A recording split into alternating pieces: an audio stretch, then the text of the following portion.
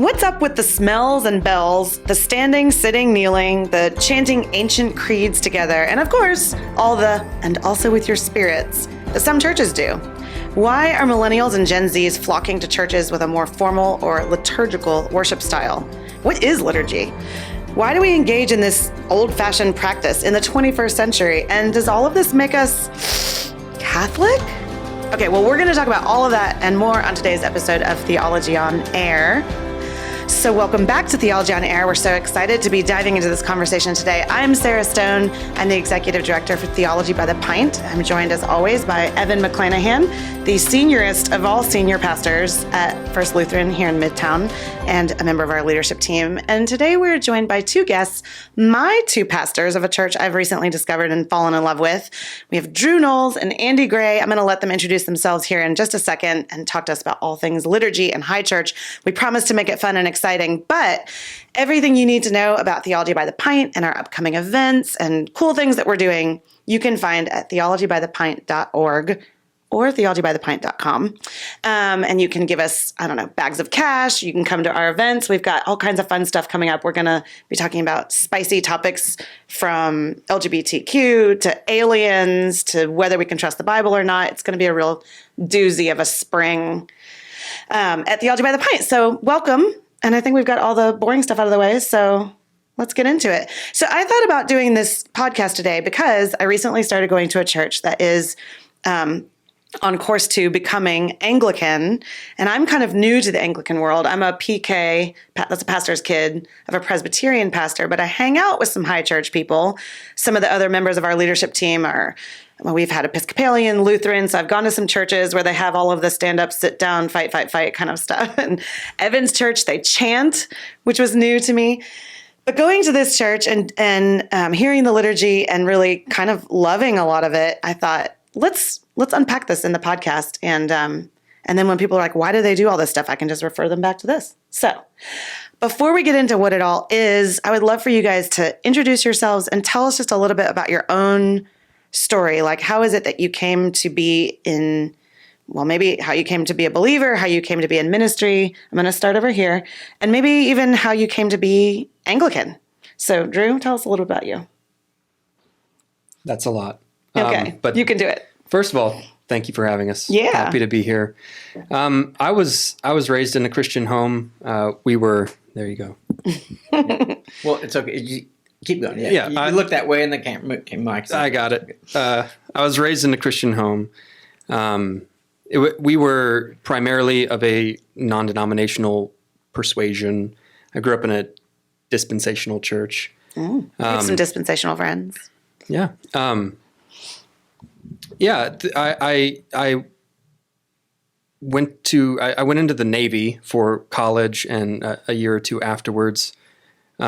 Moved back to Houston in 2010. Joined an Acts 29 church, and I served there. Starting out as an intern, moving into a staff position, a pastoral position over the course of 10 years there, and then ended up planting our current church in 2020. Okay, pause real fast. COVID year. You went into the Navy, and at what point were you like, I think I might want to be a pastor. I think I might be called to... At no point. At no point. I'm just kidding. Great. This is leading the church I go to. That's wonderful news. Yeah. No, I was getting out of the Navy, and I was going to law school at U of H. So I came to Houston to study law and was called into the church by my pastor at the time. Cool. He asked me to come on as a church planting intern. I told him I would pray about it, which my joke is that's how you tell your pastor no. That's for sure how you say no. Yeah. But that was in October of 2010.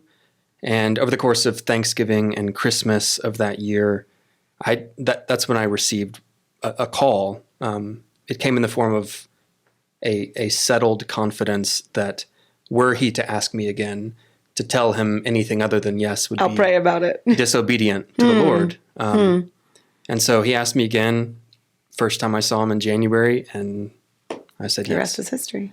Okay, so you were in this Acts 29 church, and then what happened in the COVID year? That's where I cut you off.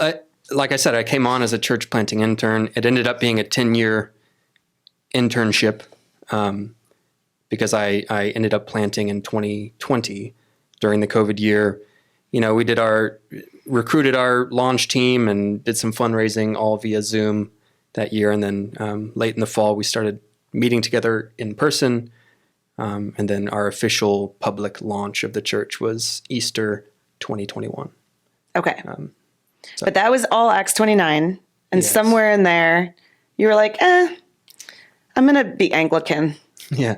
Well, our church was planted Anglican adjacent. So our initial liturgy was constructed mostly out of Book of Common Prayer Okay. stuff.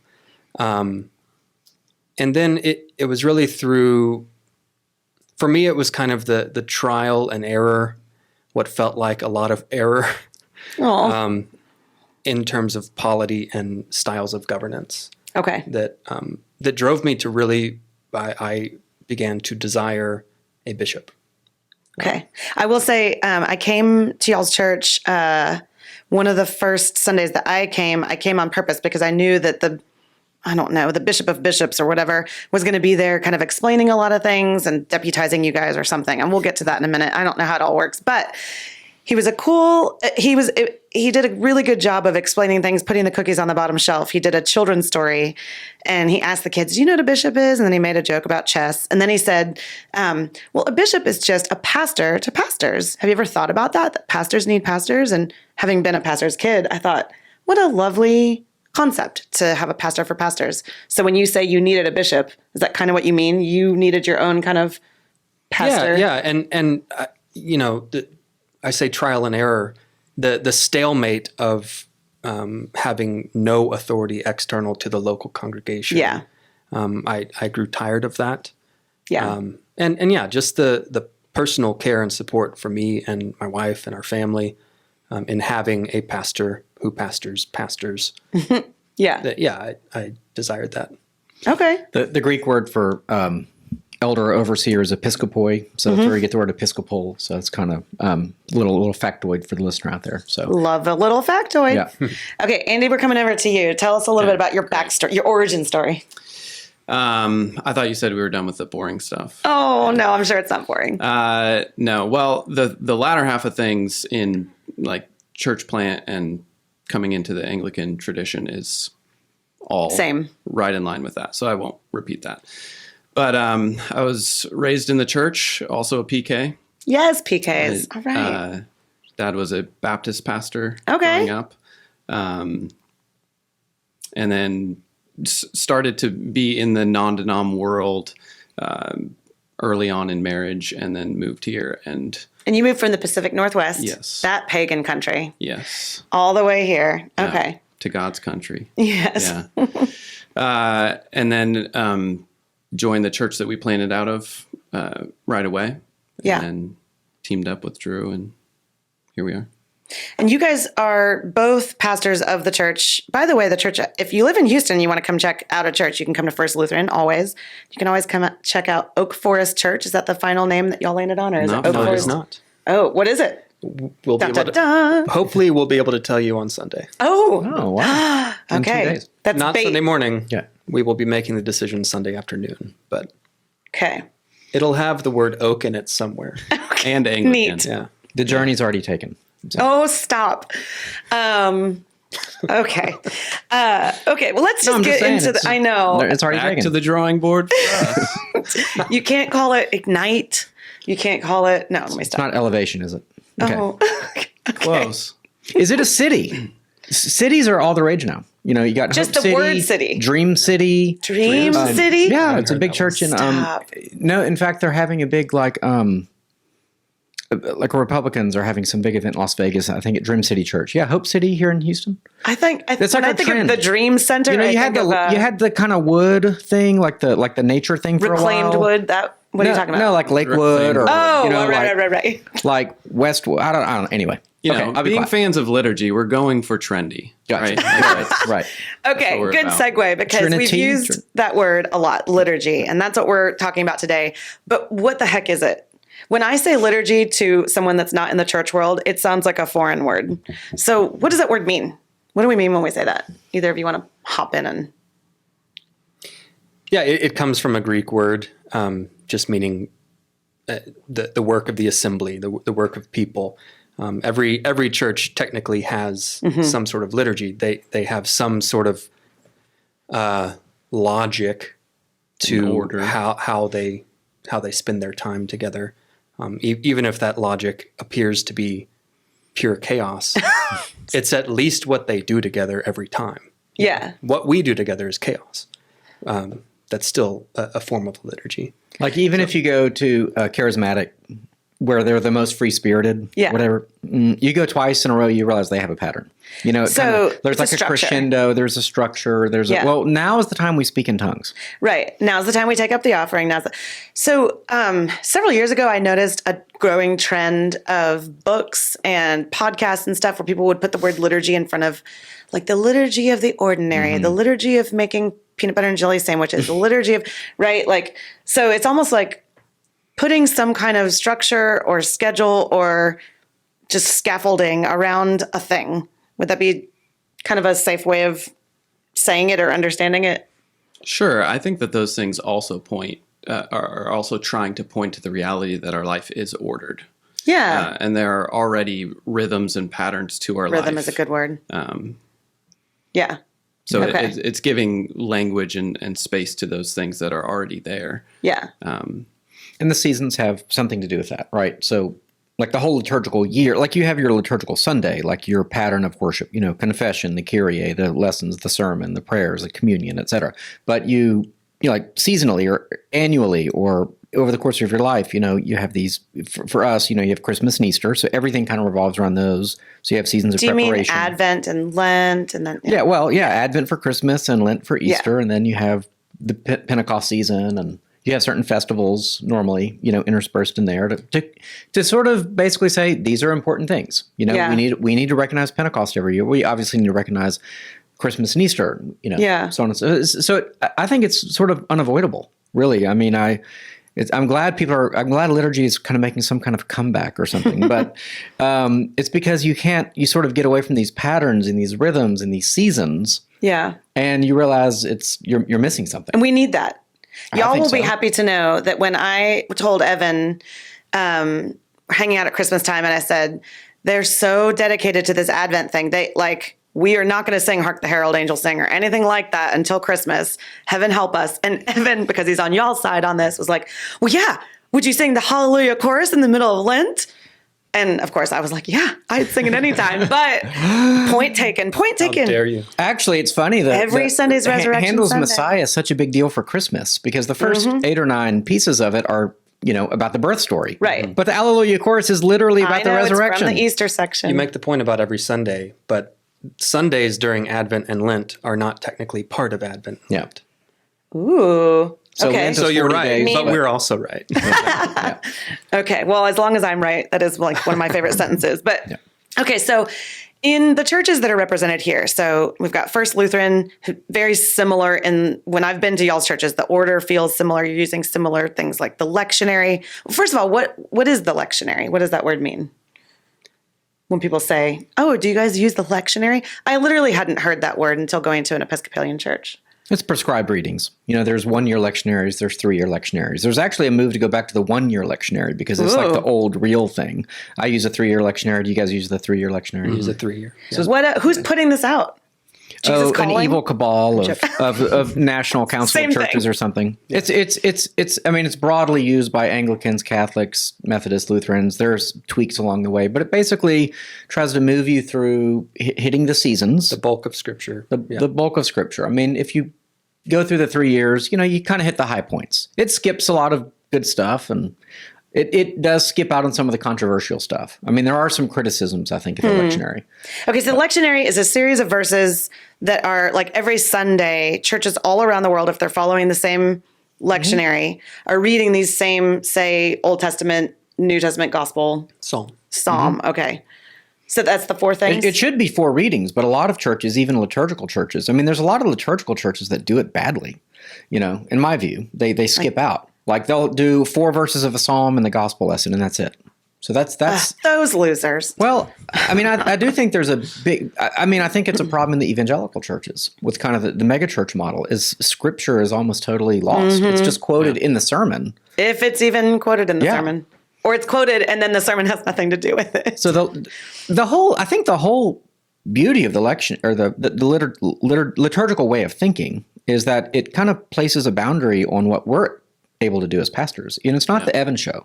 Okay, it's what is it that we are doing there? We are doing this work together. So liturgy is the work of the people. Which it is pretty cool to think, as I'm in our church at least, there was a time when we were reading through the Psalms together. Like the pastor will read some, then the congregation will read some, back and forth. There's this rhythm to it. And you sit there and you think, like, how many other churches all around the world are reading these same words today in their own language? That's pretty cool. I mean, that's pretty cool about a lot of it. Okay, so that's the lectionary. But I do think, and you can see this in our bulletin that we print out, but Which I have right here. if you follow the lectionary, or let's say if you have those 4 readings every Sunday, and then you recognize that the liturgy itself, the things that we're saying back and forth, are derived from Scripture, you realize a liturgical service is saturated with the Bible in a way that a less, quote, liturgical service is not. Yeah.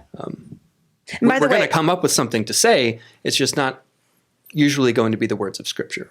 That's a great point. So like Simeon's song, in the temple is part of the liturgy. The Magnificat is often part of the liturgy. The Confession of Sins is from 1 John. And you go down the list. I mean, most of what we say in the liturgy is just quotations of Scripture, or they're sort of appropriate commentary. Although, again, controversially, as the mainline, Protestant churches have gone so leftward, they've altered the liturgy. Hey guys, Sarah here. Sorry to interrupt what I'm sure is an amazing podcast episode, but I just wanted to tell you that Theology by the Pint is growing. We are now a 501c3 nonprofit organization, and we're expanding. This coming year, with your help, we'll grow our reach by adding events in multiple Houston suburbs, as well as launch a youth version. Don't worry, those will be pints of iced coffee, not beer. We're adding follow-up conversations to reach the spiritually curious and the unchurched. We're also growing our connections and partnerships with more local churches, and you can help us grow by praying for us, by telling your friends or church about us, and of course, by partnering with us financially. To donate, go to theologybythepint.org/give. If each of our podcast listeners gave $100, we would reach our annual budget right then. Consider donating today. Okay, enjoy the rest of the show. And they've messed with the liturgy, and that is like a red line for me. Like, for example, the ELCA, when it put out a new hymnal in like 05, That's the more 06. progressive-leaning Lutheran right, which I grew up in, went to seminary and left in 2011. They retranslated all the Psalms in their hymnal, so the word "he" was never used.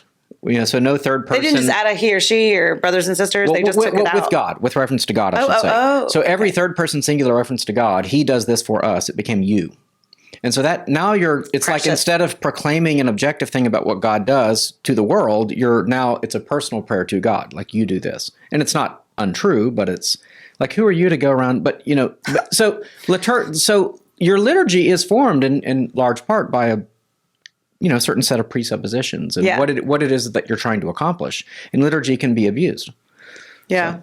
Yeah, I think your point earlier was really important too, that it protects from becoming the Evan show or from becoming what we like. Yeah. And that's been something really important for us. We're not just choosing Scripture that we like or we think we have a good story about.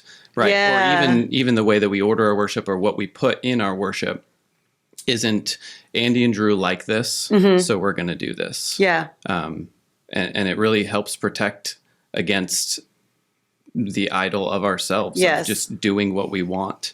I love that.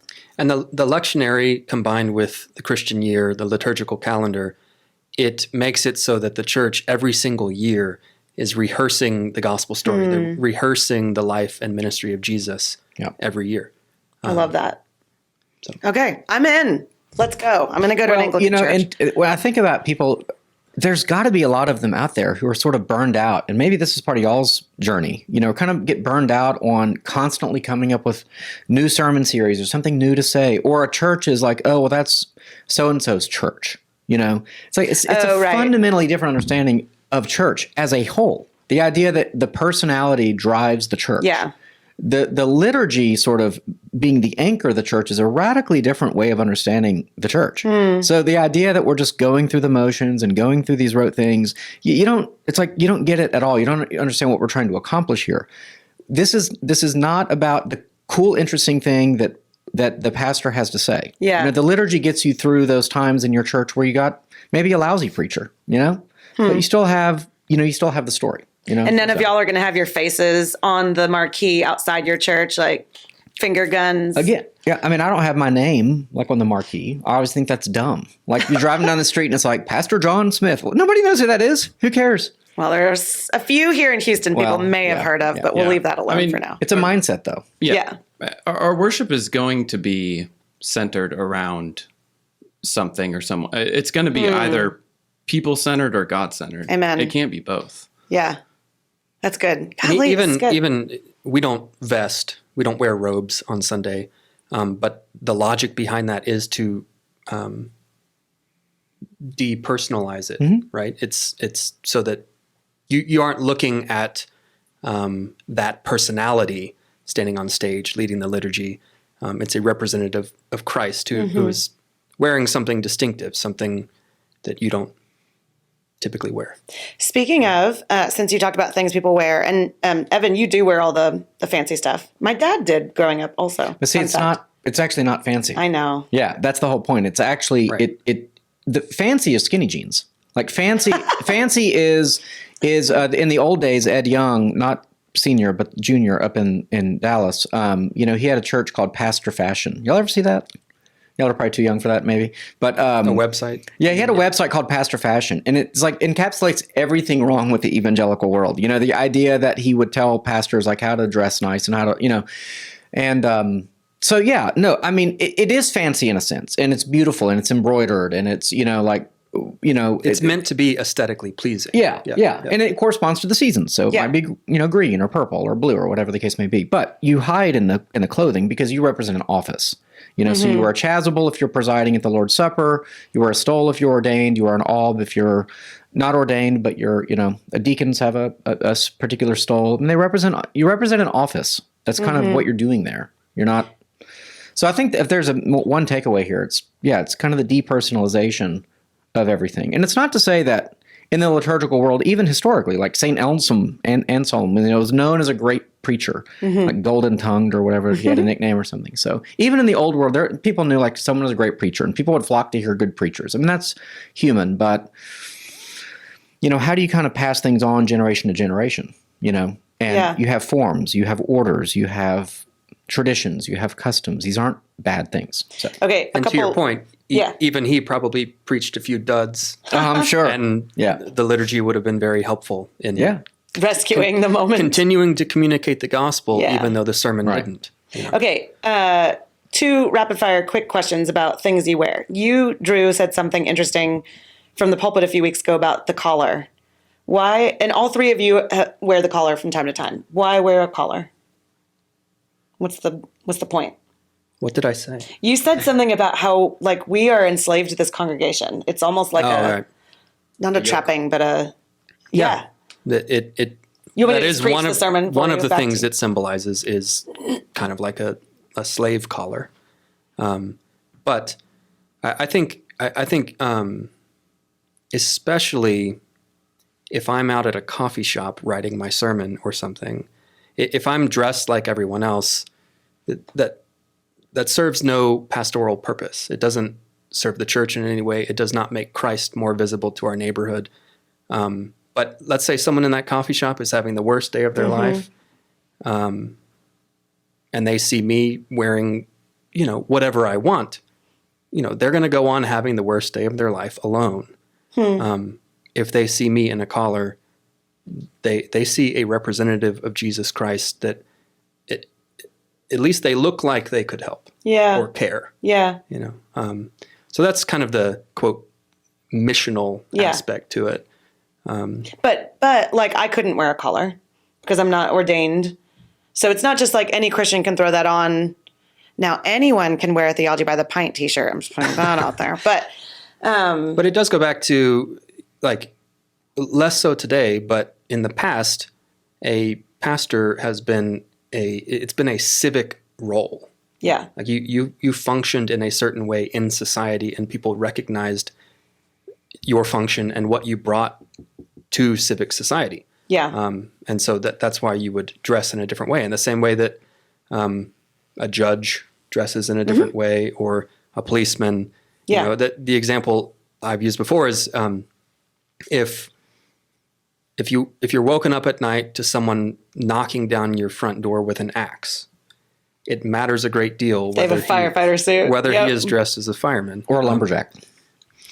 That would I be don't think I need a terrifying. lumberjack coming to my door. Or the Jack in the Shining. I mean, Okay, so different options. Okay, Andy, I'm coming to you with this second quick rapid fire, and then we're going to get into creeds and stuff. I want to Yeah. ask a question. This is an essay I want to write. I don't know that I have the answer, but if you recall, when all those people were arrested in Georgia as part of the RICO statute against Trump for election interference, that case that's kind of falling apart, there was one of the people arrested was a Lutheran pastor. And when he went in for his mugshot, he was wearing his collar. And there have been people who are like really, I don't know what machinations he was dealing with on the political side of things, but it's a question that I've wrestled with and wanted to ask. Should he like mingle be his- wearing a collar in a mugshot given what he was arrested for? And I could answer kind of both sides. Yeah, it's So, interesting. because in a sense, he thinks he's representing kind of truth in elections, or, you know, like civic fairness, or Yeah. whatever. And that's part of a pastor's role in the civic society. You know, Yeah. that he's not just forgiving people's sins, but he's saying the church has this broader mission too. And I'm playing a role in that, which I can see. Yeah, well, first of all, he's not forgiving anyone's sins. Well, Now, I knew we might get into this, which is why I picked up on that. okay. Yeah, But I anyway, know. it's a question I find interesting. So yeah. Yeah. Well, we might come back to that. Whether he's right or wrong on a particular issue. Like it's powerful to look back at pictures of marches with Martin Luther King Jr. where someone's wearing a collar. That's not just a random person off the street. Right. That is a representative of the Church of Jesus Christ Absolutely. taking a stand for something. Yeah. Or someone praying at a memorial after 9/11. That was a big brouhaha in the Missouri Synod years after. Obviously, in 2001, there was a service and a Lutheran pastor prayed, and he got in trouble because it was like he was seen as synchronistic to be praying with like Muslims and Jews and things. But that's a whole other story. It is a whole other story. Yeah. Okay, I'm moving on from the rapid fire about things that you wear, because no one here can handle rapid fire apparently. But okay, let's talk about creeds. If you go to lots of different kinds of churches, including ones that are maybe less, when I say high church, low church, usually people refer to high church as something that's more liturgical. Low church is a little more informal in style. But both will have often a reading of like the Apostles' Creed, or a section from the Westminster Catechism, or a section from the Heidelberg. Or talk a little bit, maybe Andy, if you want to hit this, like how do you pick which creeds? Why do we do that? What's the significance of that? Do you have to, like being Anglican, or they're like you have to read one creed every Sunday? It's like a punch card. I don't know if that's Anglican wide, or It is. It is okay. We're still learning. Which is great. Yeah. So it is required for us. And so we recite the Apostles' Creed. Although you don't do the "He went into hell, descended into hell," and I say it wrong sometimes. They do the dead. Descended to the dead. Yeah. Which that could also derail the episode if you'd like. No, we've done episodes on that before. Okay. It's just like dramatic to say he descended into hell. On the third day he rose again. Anyway. But there's no one in hell. Huh?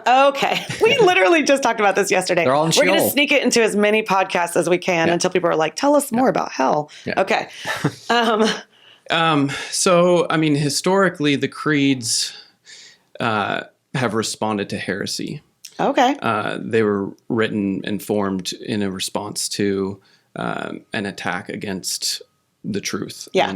And the Apostles' Creed, in particular, well, we've kind of chosen the Apostles' Creed as sort of a softer introduction for our people. It's the shortest, it's the easiest to memorize. And it's probably the biggest sort of umbrella, wouldn't you say? Like it's not sort of associated with one particular. Like if people think Westminster, they think of the more Reformed camp. Maybe I'm wrong about that, but Well, that's a confession. oh, Yeah. sorry. What am I saying? Well, so you have three ecumenical creeds: the Apostles, Okay. the Nicene, and the Athanasian. Okay. Athanasian is the awesome one you should all say on Trinity Sunday, but that's where you literally kick people out of the church. But but you have the Westminster Confession, which is like the more Reformed confession. The Lutherans, we have the Book of Concord, which are like the Lutheran confessions. Okay. So people might, it's kind of unusual, but they might teach a portion of their confessions like in church. But Confessions and catechisms, those are different. Like when I think of I think of the questions, right? Like what's the chief end of man? To Right. glorify God, enjoy him forever, and on it goes. Heidelberg is the same way, right? Like it's a series of questions and then answers to this. Okay. yeah, I mean, basically in the Reformation, we're kind of trying to figure out where we stood on issues. You know, what do we think about baptism? What do we think about the Lord's Supper? What do you think about justification? What do we think about priests marrying and all those sorts of things? So you have statements written by scholars in your camp, and that become your confession. And you know, and so like in the Lutheran and Calvinist world, we agree on many, many points, but we sort of disagree, you know, on the Lord's Supper and on some other things. But the creeds, I would argue, are binding to, I think I can say all Christians, but Or all Protestants? that's actually wishful thinking, I think. But no, I mean, All Christians. I mean, Catholics say, Roman Catholics and Eastern Oh, Orthodox that's true. say We did the creeds. Nicene Creed at a Catholic service I went to last Christmas. So then the question is like, well, if a creed is a summary of what we believe, why are we not in fellowship with other Christians who say the creed? It's a great question. So then what you actually have to do is look into the creed and go, we actually disagree about this. And so, spoiler alert, like in the Apostles' Creed, we say, believe in the Holy Catholic Church, the communion of saints, the forgiveness of sins. That's our disagreement. That's our disagreement with Rome. We don't agree on how sins are forgiven. Huh. And with the liberal churches today, we don't agree that sin exists or what can be called sin. So we can agree on the other things, but Yeah. So, but yeah, I mean, And we'll get more into Yeah. that. We're going to be doing an Ask the Priest episode. Yeah. And we can ask him about forgiveness of sins and duke it out here. But okay.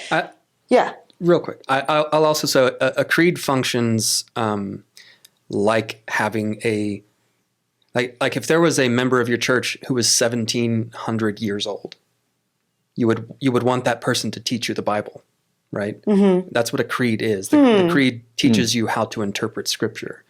It gives you guardrails for. That's an interesting. Actually, no, that's out of bounds. Yeah. Which is why we recited after the sermon as okay. sort of putting it against what was holding it up to what as truth Yeah. to what was just said in the sermon. Interesting. Okay. What do you do at First Lutheran? yeah, Apostles? it's after the sermon. And well, we do apostles during green Sundays, ordinary times of the year, and then festive or preparatory seasons, we do the Nicene, except for Trinity Sunday, where we really do the Athanasian Yeah. Creed, which is about 5 minutes long, and it's all the like distinctions of like Christology. You know, the Father, Son, and Spirit are one, but they're different, and all of that. So, yeah, it is a guardrail. I think Yeah. that's the best way to understand a creed. It's kind of saying, well, this is who we are, and their recitation goes back. I mean, basically, is almost as soon as they were written, definitely to the Middle Ages. You know, every single sermon. I mean, that's what that would have been one of the only things that people did in worship for centuries and centuries. Would have been to say the Lord's Prayer and the Creed. Otherwise, they just stood around and watched. Well, okay, so that gets to my next thing, which I mean, this is sort of obvious, but I just want to say it. I remember being a little kid and watching like Dateline or 2020 or something with my parents, and they were looking at some culty weird group, and I don't even remember what it was, but I remember the camera like panned over this whole group of people chanting together, and it sounded creepy because they layered it with creepy music and like, aren't these people weird? And I mean, looking back, that could have just been any church service, but it wasn't. It was something bizarre. But I've thought sometimes, as I'm not at my current age, but in my 20s and 30s, I would sometimes be in the middle of some sort of responsive reading or reading an Apostles' Creed together and think, if someone filmed us right now, this would sound kind of maybe weird and culty. What's the point of having the people all say something together rather than just listening or reading it being like, yep, that sounds great. Like, why so much involvement? Oh, wow. This is what we call radio silence. Do you do sound effects? Do you do crickets on the side? Maybe Yeah. Evan can do that in post. Well, I think we're confessing what we believe together. We're standing unified. So it's a responsibility thing. Like, if I say this, I am on board with it. Well, it's not so much about what you're saying; it's about what you're hearing. because you're in the midst of believers and you're hearing them all say, I got your back. I'm with you on this. It's not, again, it's like, is worship what you do as an individual, or is it what you're doing as a body? And some of both, but modern worship is almost all focused on the individual. I mean, from the pastor who's a superstar, to the praise band who are professional musicians, to the use of the word I in all of the language. Hymns are far more objective. Yeah. Liturgy is far more objective. You're being enculturated. You're being formed. You're part of a larger process. So that's why I think, liturgy and discipleship, they're often pulled apart, because discipleship is said to be like being excited for Christ. No, discipleship is being formed by the master. And you do that through a process, and through a formal process, of which liturgy is one part. Okay, so I'm going to skip ahead to a different question. We'll come back to like smells and bells and stuff. But I've heard so as I've been thinking about this church, and is this the church I want to, Y'all hitch won my the Sarah wagon to? sweepstakes. I know. Yeah, good job. I mean, I put my ante in the pot, but it didn't work out. Well, we can get more into much that chanting. later. I don't know. Maybe that was the straw. You thought we were weird. Oh, I knew you were weird before I ever went okay. to your church. Go Yeah. ahead. I'm sorry, I'll shut up. But somebody that I met with a couple people that go to your church, and I was picking their brains. And one lady said, I find, at first I didn't love the liturgy, but I find now that it's been formative. That's the word she used, formative. Do you think talk a little bit, one of you or both of you, about how what we do on Sunday morning actually forms or changes or transforms us in our spiritual journeys. I mean, is it just because you're muttering it to yourself during the week? Like you sing a song that, gets hooked in there like an earworm? That's not it. Yeah. Yeah. But I mean, we have the children of our church have memorized many things that they otherwise would not have. Yeah. Like what? Like a little ditty? Can you sing something for us? Is it songs? You could sing the Lord's Prayer if you wanted. Yes. Okay. So the first week that I came, and they sing the Lord's Prayer. It's they have it like laminated on the seat in front of you. So if you can sight read, you can sing, and it's pretty simple. And it's really pretty, especially if you sit in front of the person I sit in front of that does the other harmony with me. Yeah. Okay. That's good. Although I did have that one memorized before. So Did you? Not the song, but the words. Lord's Prayer. Right. Yeah. Yeah. But the children didn't. That's my. Okay. And any other thoughts about how it's formative or changes? I would say that the liturgy is also, our worship is taking it's not completely separate from the world. So it's taking things that are normal and natural about our lives. It's taking language. It's taking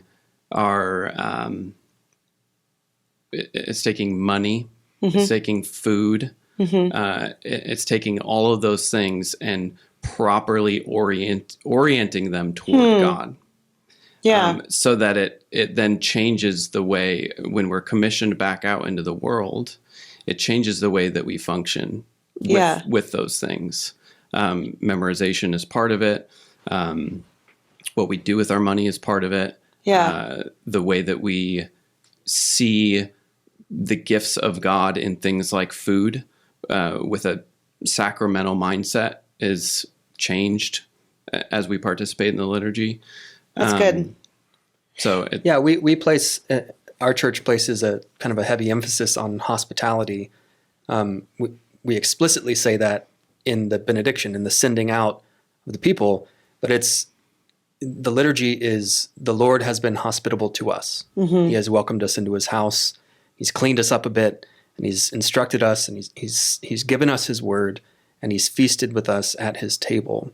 And now he is sending us out into the world to extend that table fellowship with others. Mm-hmm. In that sense, it's formative. Like our time together is God being hospitable to us, mm-hmm. So that we learn how to be hospitable with the world. Mm. Two thoughts. One, something that I love that you guys do, because it kind of tees it up theologically, but also just a little bit of like a warning for someone if they come in, they're like, what's about to happen? Whoever is doing the sermon that day, I think, or I don't know how you guys do it, but one of the two of you gets up at the beginning and you say something like, maybe you have it memorized, but we come here to hear from God and to hear from his word, but God wants to hear from us too. And as a family, brothers and sisters, you men and women, we are a voice back to him. And I don't know if you even have it memorized enough to kind of say what you say, but I love it. Andy does? Do you? Okay. Well, you'll have to come on Sunday morning to hear it. But the other thing I was going to say, when you talked about the things that are ordinary that we orient toward God, I came one Sunday when you guys were doing some kind of like a potluck, I don't know, some kind of a meal afterwards, and I couldn't stay for the meal. And Drew was like, well, just stay for the beginning because I think you'll like the liturgy. And I was like, this guy thinks he knows me. And I loved it because the liturgy was, I don't know where you pulled it from. I showed it to one of the members of our leadership team, Meredith Mills, who loves doing things around food and liturgy. And she was like, oh, yeah, that's from the such and such and such. But it was kind of this idea of like spiritual warfare. And one of the ways that we war against evil and we stand for good and truth and God's kingdom is through feasting together in a community. Do you remember this? Yeah. That was wild. I was like, it was like watching a dramatic movie, like Lord of the Rings movie, as you're about to enter into this meal together. It was fantastic. Yeah. Anyway, okay. Joy. The joy of the kingdom. Have you ever seen the movie Babette's Feast? I've never seen it, but people talk about it as like a great commentary on the Eucharist. Like It is. Okay. Anyway, so I'll put that out there. See. But you said something earlier I think is actually really important. It's like a key like understanding like of how pastors or how churches kind of decide how to do worship, if you will. And you're talking about like how strange it looks. Well, yeah, it should look strange. We're not doing worldly things. This is my exact criticism of a lot of the contemporary world. They're trying to use worldly forms to express an unworldly message, ultimately, a message that's ultimately hostile to the world. It's kind of the medium and the message, the form and function. I don't know that you can use worldly forms and communicate ideas that are fundamentally opposed to the world. I just don't know that it can be done. I don't think it can be done, actually. So I actually think going into a space, which is architecturally, musically, thematically, in terms of what is said in almost every way. Yeah, actually burning incense and things like that. Talk about smells and bells. Some of that can be overdone, but I think I think you should feel like I'm walking into a different space. I'm like walking, I think of the church as like an embassy almost, like you're leaving the world and you're going into a whole other country almost, or something to that effect. So it ought to be otherworldly because we are participating in the heavenly places. Why is that such a crazy idea? That's what I don't quite get. Like, how do we live in a time where, my worship is the same as when I was a kid. Like, I use the same hymnal. Like, nothing's. So what happened in 30 years? We're living through this like revolution in the church where now our worship, which was by far the norm when I was a kid, is way on the outs. Now, maybe it is popular among Gen Z. I'm not seeing that. What you guys are saying right now is exactly why I think. There was a book that came out over a decade ago, Evangelicals on the Canterbury Trail, and it started to explore, I think if I remember correctly, this idea that what you're describing is what people want because it's other. It's so different from when they go to work or when they go to Starbucks or when they go out partying or to their friend's house. And they want that. Like there's something in us that's pulled toward what you said, like participating in these heavenly places, something sacred, set apart. Do you know Alexander Schmemann? That's a name. It's a fun name. He's an Orthodox theologian. Andy and I recently read an article. Big O Orthodox. It was on the power of the liturgy in a post-Christian world. He said, in a post-Christian world, we're going to tend in two different directions: either friendship with the world in an unchristian way, or abandoning the world in an unchristian way. And he says that the liturgy is actually the solution to holding those things in tension between. The scripture calls us to not to love the world, but then tells us that God so loved the world. Yeah. Right. So what's going on there? Well, the liturgy takes us into a heavenly space and reorients us to the world, but with a proper perspective on the world, and then recommissions us into the world to love the world into the redemption of God. I didn't say that perfectly, but you get the idea. No, I think it's great. And a lot of the young people who are finding their way back to like real church are going to like Latin Mass Catholic churches or Eastern Orthodox churches, because I think they're kind of taking the deep dive. And there are people like me who are like, wait, you kind of bypassed the like option for the Protestant or the Anglican, option for the Protestant. You don't have to go off and do, because I think there are real theological problems with the Roman Catholic Church and the Eastern Orthodox churches. And they have, they have really faulty ideas about how, their traditions go all the way back to the apostles. I think you can pretty well dispute that quite handily. Anyway, so our sola scriptura tradition in the Protestant world, but a liturgical form, adherence to traditions and so forth is kind of it should be the stopping place. But they often go right past us and often to these churches that have, I would say false theology. So yeah. There's a G.K. Chesterton quote. It should be said here. It's something like tradition is giving a vote to the dead, or something like that. But the idea is that when you preserve traditions, you're honoring those who came before you. You're not just saying, because you're dead now, we can do everything differently. Yeah. No, it's saying, no, actually, there was wisdom in what they did. Like the 1,700-year-old person at your church. Yeah. Yeah. Hope they have good healthcare. My favorite quote on that, in the same vein, is from Gustav Mahler, the composer, and he said, "Tradition is not the worship of ashes, but the preservation of fire." Ooh, that's good. Bam. Bam. I like it. We can end the podcast. Yeah, on that. sure. Okay, Yeah. You don't get to say if you do a mic drop sorry. moment. That gets rid of the mic drop moment. Okay. And don't drop these mics. They're about $100 a piece.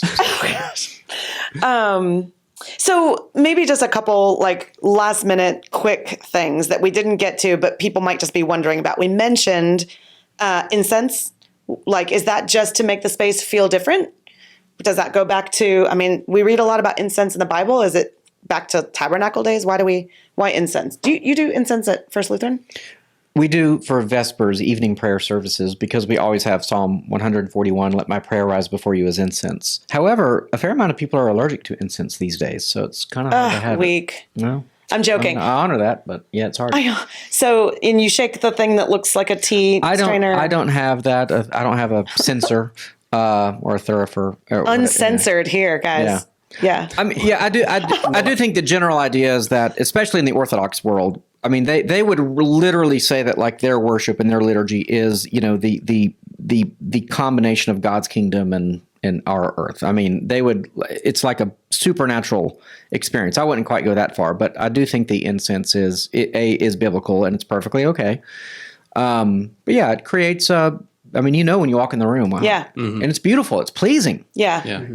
Worship should be aesthetically pleasing. I think architecture is a major conversation here, where I think I'm not saying it has to be sort of Gothic per se, but I do think we should try to pay attention, and we should spend resources to have beautiful spaces, to have transcendent experiences. Yeah, if you imagine a priest walking into the tabernacle or into the temple, there's a distinct smell there. And it's not only giving off a distinct smell, it's representing the prayers of the saints. And it's right next to the veil, right? So it's entering into the most holy place. And it says the Lord is pleased with the fragrance of our prayers. And yeah. We're a bit more subversive with our incense. We light it in such a way that it moves through the AC ducts, and no one like can the glitter at Bethel. Okay, that's perfect. Exactly.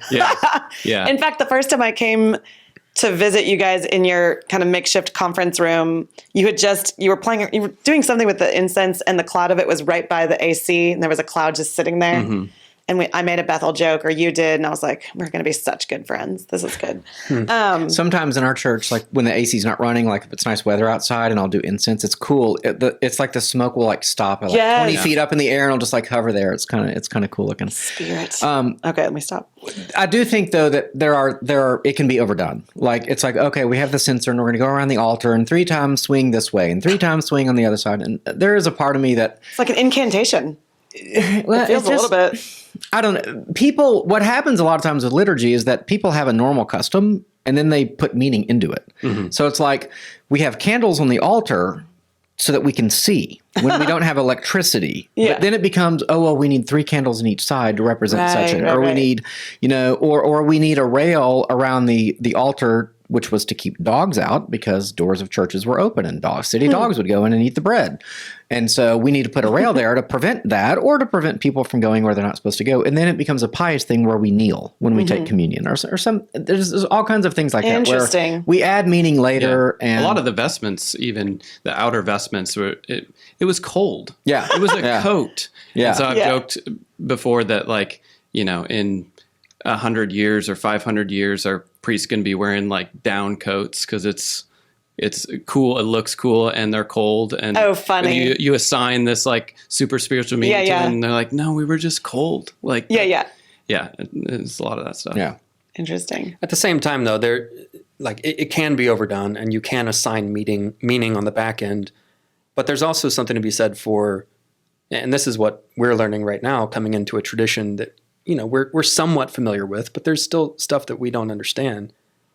What do you do with the things that you don't understand? Yeah. Are you still submissive to the tradition? Is that your default, to be submissive to the tradition? Because I think it actually applies to liturgy as well. For liturgy to have the full effect on you, you have to submit yourself to it over time. And trust. Not to come in skeptical, not to come in, well, I don't know why we do that, and I don't understand that, so I don't like it. But to accept it and to allow its work to be done to you. I overheard you at a party actually talking to another pastor, something about communion. You guys were probably talking about the difference between your two traditions in communion, and then you said, and I loved this, you said, Jesus didn't ask us to fully understand how communion works. He asked us to do it. Which I was like, I love that. Like, not understand this in remembrance of me, right, but do this. Yeah. And so it's okay if I tease Evan because in the Lutheran tradition, they have all these prepositions: in, around, under, through, behind. In, with, and under. I know. I actually know what it is, but I just like to. But that there's a mystery there that you don't have to fully wrap your entire mind around to surrender to and trust that what Jesus said he meant, that we ought to do these things in remembrance, and maybe the rest of it will catch up to us. Anyway, okay, what's up with also with your spirit? And also with your spirit. It used to be also with you, now it's with your spirit. Even I say it every Sunday, but I don't know, I'm like, what does it mean? And also with your spirit?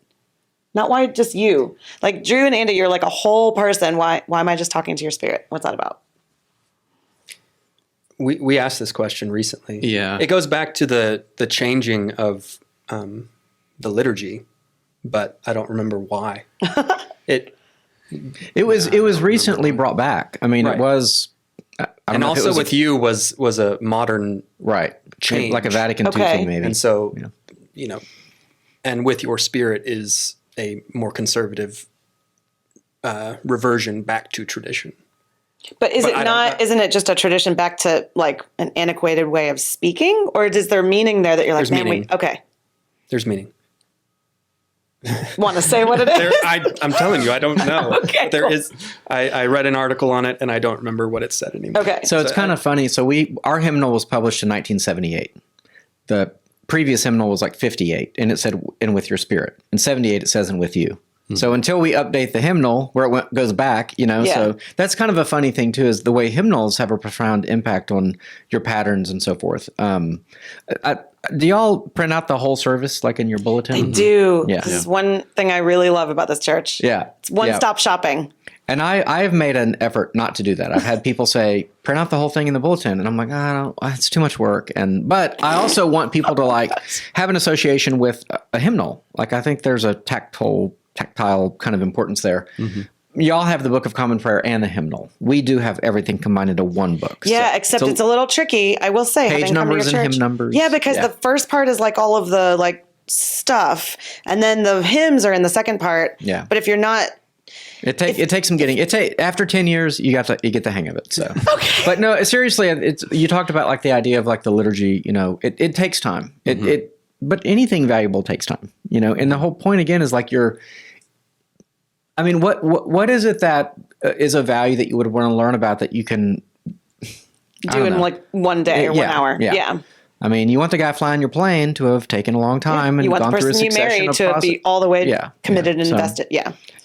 So that is kind of the ask of of people who now see themselves as religious consumers. And that's kind of what us liturgical types are kind of up against, is that we're trying to tell people who are used to the church now 2 generations in, marketing to them as though they are religious consumers and they are offered a religious product. And we're saying our message is totally different. It's not even like we have a better product. It's like we don't actually have a product at all. We're actually inviting you into this life. And it's different, and it might look different. It might feel kind of culty when we say the whole thing together, but it does work along the grain of how the Lord has created us. I know people want to see a New Testament command, thou shalt worship according to this liturgy.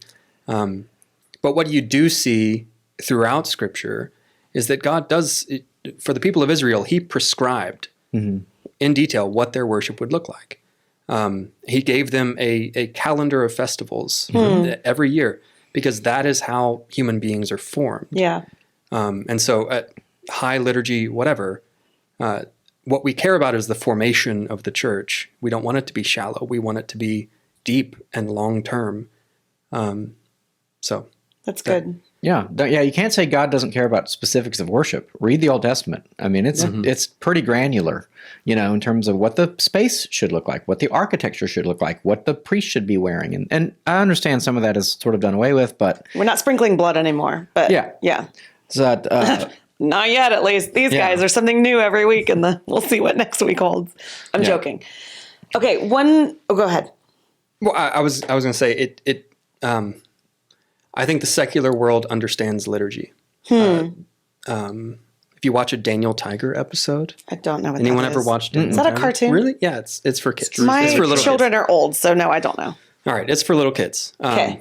But he does have little kids, lest our listeners think he's just watching little kid shows for fun.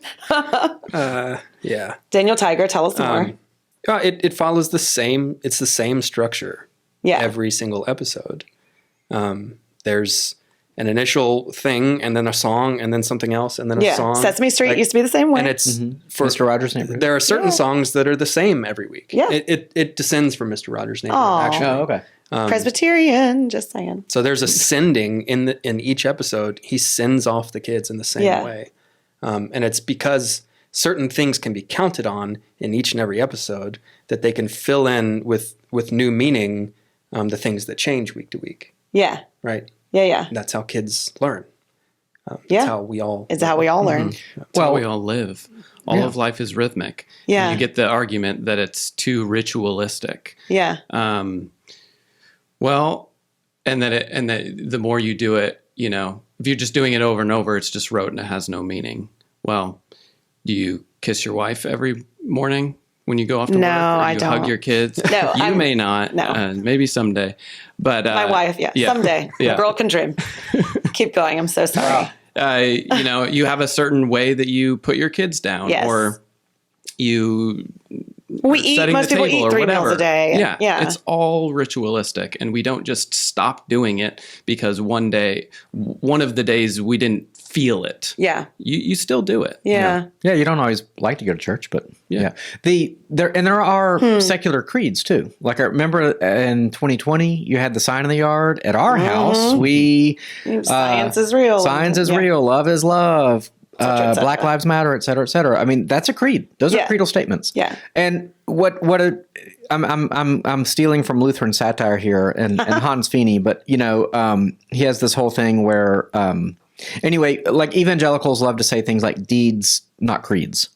Okay. Well, that's a creed. Yes. Okay. So it's like it's inescapable. No creed but Christ. Yes. Mm-hmm. Yeah. That's a creed. Yeah. So these things are. I mean, I'm interested. You guys, I don't want to derail, but you guys were Baptist growing up and non-denominational. So did y'all grow up in like the contemporary model? I mean, what do y'all think about it? Like, was it good? Did you like it? Do you miss it? Did you burn out on it after a while, or? Don't miss it. I don't think that it was bad, but I don't think that it was as formative as it could have been. And I want more for my children, and I want more for our people. That's beautifully said. Yeah, I think where we've landed is far more participatory. Going back to, I don't remember which question it was. It was earlier. Why say it all together? Yeah. Right. My only thought was because it's better. Why do as an individual or just in your brain what you could do together as a community? Yeah. And I will say the Anglican traditions and the Lutheran tradition going way back, probably the major advancement both made were putting the Bible in the German language for the Germans and in the English language for the English. And, it was literally centuries where people sat around and watched priests conduct essentially private masses in Latin, and sermons were sometimes annual. That's it. You might get 1 or 2 sermons a year, and those were like pre-written that they were, recited. I mean, we take so much for granted. The liturgy. I mean, I will say if there are criticisms of the liturgy historically, it did seem to be a process where people sat around and watched. It sounds incredibly dull and boring. And I think in our modern sense, liturgy is actually much more vibrant, much more participatory. Like, do y'all have lay people that function as part of your liturgy, like assisting ministers, who wear, or maybe they don't wear an awl, but they read or they help distribute communion. I mean, that's sort of things unheard of in times past. And now I think it's great, that people are involved and participate. So, yeah, that's a lot of what the Reformation was about. Yeah. There's one other, it's maybe not a creed, but correct me if I'm wrong, and it might be, but I recognize some things from the liturgy at Oak Forest, or whatever it shall be named, from the Prayer of Great Thanksgiving. Is that what it's called? Like the gifts of God for the people of God, and come let us feast together. Like, isn't that from a prayer that I know Methodists use, and I don't know if you guys use at your church. Am I saying this wrong? What are those things from? They're from... Some of that in the Book of Common Prayer. Some of what you're saying that's not in our liturgy. So I don't know what you're looking at. Like after they bless the sacrament, they'll say, the gifts of God for the people of God. Yes. Or something like that. Yeah. I should pull it. Meredith Mills, actually. Do you mean the Lord be with you? And also, do you mean the Great Thanksgiving is in... I have to chant it.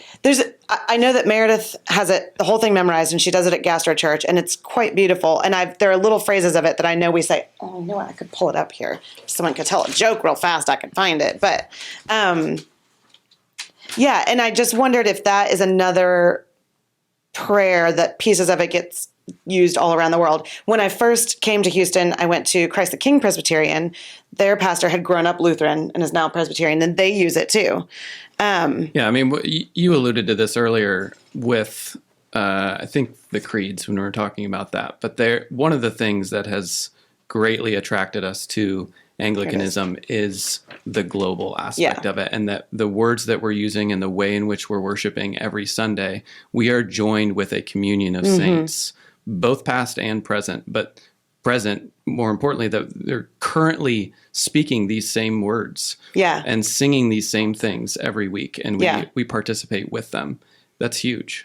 Okay, I found it. So you guys can tell me where it's from. And this is just part of it. It's let us therefore proclaim the faith. Christ has died. Christ is risen. Christ will come again. Christ, our Passover lamb, has been sacrificed for us. Therefore, let us keep the feast. Yeah, it's 1 Corinthians 15, I think. Okay, and it says it right here. It says, this is cool. It says in the liturgy, 1 Corinthians 5, 1 Corinthians 10, 1 Corinthians 11. But isn't there some place that they've put all of these together? You know what? I'm just going to ask Meredith to do a epilogue with me, or a whatever you call it. I think an interesting question would be, so if you look at biblically, a lot of our teaching on the Lord's Supper comes from 1 Corinthians, 9 and 10. Okay. And you have the issue of the people getting drunk and then food not being left for the other people. And you have these agape feasts, these love feasts. And I think that if there is a criticism, and I understand why we do it, but over time, communion came to be a bit of bread and a sip of wine. Okay. Whereas arguably in the Bible, it's a feast, it's a meal. And, on the other hand, we don't normally just eat bread and wine when we eat. So it's kind of a weird notion of a feast to be just bread and wine. I don't know where I'm going with this, except to say... I was worried you were going to open a whole can of worms about... Well, I do think something is lost when... maybe we need both, where we need the bread and wine because that's what the Lord had at, when he instituted the Lord's Supper or the Last Supper, whatever. And, okay, so we have that and we think Christ is present in, with, and under the bread and wine. Okay. But as a community, it seems like we do need something like a love feast, kind of as a biblical model too, where we like share our food and there's abundance and joy and feasting and things like that. You know what I'm saying? Yeah. Yeah. We do that. We agree. They're having a feast, not this Sunday, but the next.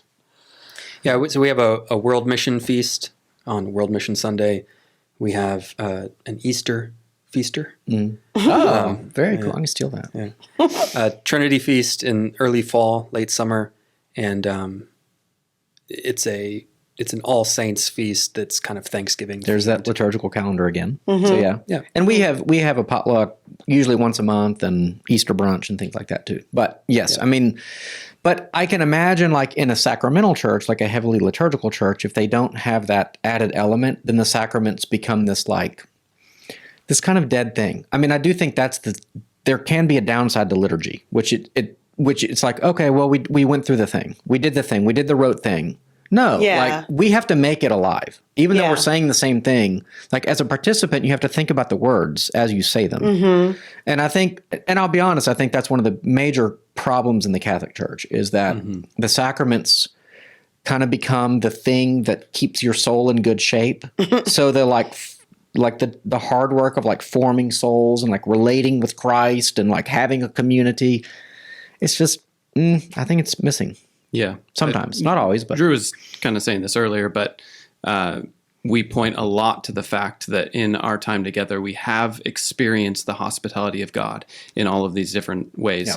And now we are sent back out to share that same hospitality with others and with one another. And it's not just, we, like you just said, we do something with it.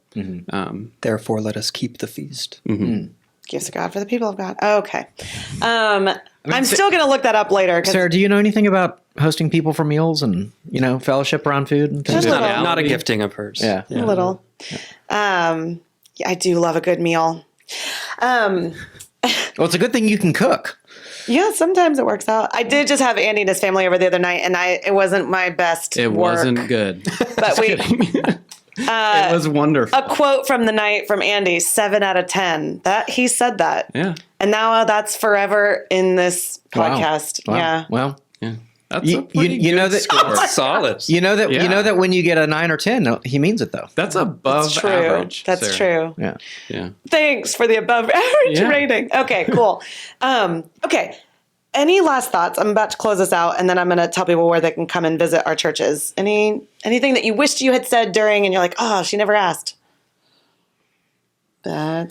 Speak now or forever hold your peace. We didn't really talk about how the liturgy is derived from Scripture. We talked about how the various elements get their language from the Scriptures, but how the sequencing and the structure of the liturgy are rooted in the Scriptures. Maybe that's probably a broader topic than final thoughts, but it is in the Scriptures. Okay. I assume y'all preach first, then have communion. I had a pastor who's newly ordained, and he was asking, well, maybe we can do communion in the middle and the sermon at the end. And I'm like, that's because you want to be the last thing they hear, isn't it? And that's a very different way of, again, it's a different way of thinking about what you're trying to do. I think the apex of our service is the Lord's Supper, not the sermon. Now, I mean, that's a big difference between high church, low church. Yeah. And because again, it's not the Evan show. No, do I think should pastors give their all in preaching and try to come up with relevant sermons? And yes, I think it's important. I think preaching is very important. That's part of the Reformation tradition too. But but at the end of the day, that's what you're building towards. The kind of fourfold, too simple of a summary of liturgy would be, gathering, word, meal, sending. That's a kind of like Gordon Ramshaw, I think was his name, kind of came up with that. And so if someone wanted to think about kind of the flow, you gather and there's Kyrie, confession. You've said prayers. Kyrie twice. What does that mean? It means Lord have mercy. So we'll often chant Lord have mercy. Christ have mercy. Yeah. And so then the word is like the biblical readings, the prayers, the sermon, of course. Then you have the meal, the Lord's Supper. And, it's just like a meal. You prepare for it. You say certain prayers over it. And then you have the meal. And then you might give thanks for God afterwards. Then the sending, which is like, okay, you've heard the word. You've confessed your sins. You've been forgiven. You've been educated, enlightened, whatever you want to call it. You've been forgiven. You've received the Lord's Supper. You've been fed. Now go out. Yeah. Go shoot, and go do that thing. But So culminating in the meal, which is Yes. kind of your point. Yeah. Yes, And absolutely. that teaches us. Absolutely. 5 songs, a 50-minute sermon, and another 3 songs also teaches us how to think about God and ourselves, more ourselves. Yeah. But, It's teaching you something. yeah. Well, yeah. I mean, why have we come here? Is it to commune with the Lord, or is it to hear from a man? That's an obvious way of putting it, but I do appreciate in both of your churches and some others here in Houston that I've been to, the thoughtfulness behind everything, the liturgy, but also, and I say but like it's not part of the liturgy, it is, but the music. Neither of your churches is going to sing a ridiculous song that's about me. One that says like, "Oh, my soul, don't get shy on me." That's my current one that I can't I stand. don't know that. what? Yeah, it's from Bethel. Come on, my soul, don't get shy on me. There's a lion inside of me that needs to get out, or something like. There's a lion situation in there. I don't know. You'll have to go Google it yourself. But it's a new classic. But if I come to either of your churches, I'm going to sing songs that are beautiful, but also are speaking to the character of God. They aren't focused on me; they're focused on God, and I appreciate that. So. Yes, we will have to maybe do another podcast episode or get into it another time. But do you have any last thoughts you wanted to throw in there? A mic drop so. moment, maybe? I already had mine.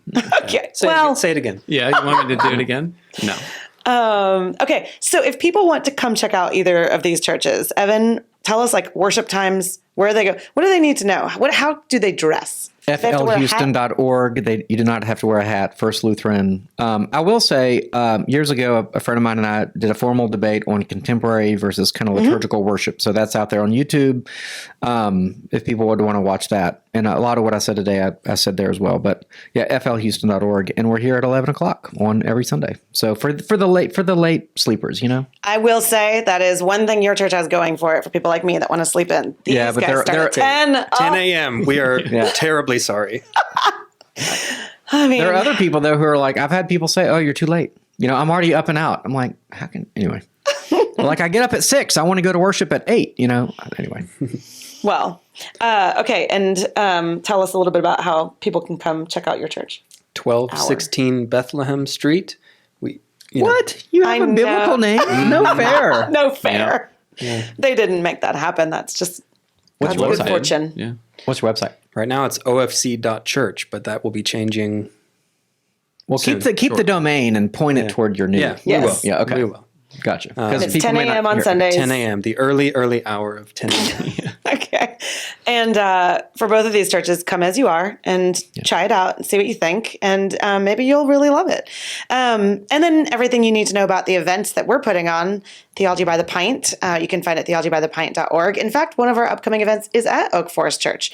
So you can come and check out the space if you want. And I don't know, be a little demystified before you come on a Sunday morning. But everything you need to know, again, theologybythepint.org. And until we see you again, we encourage you, as always, to question freely, think deeply, and disagree as needed.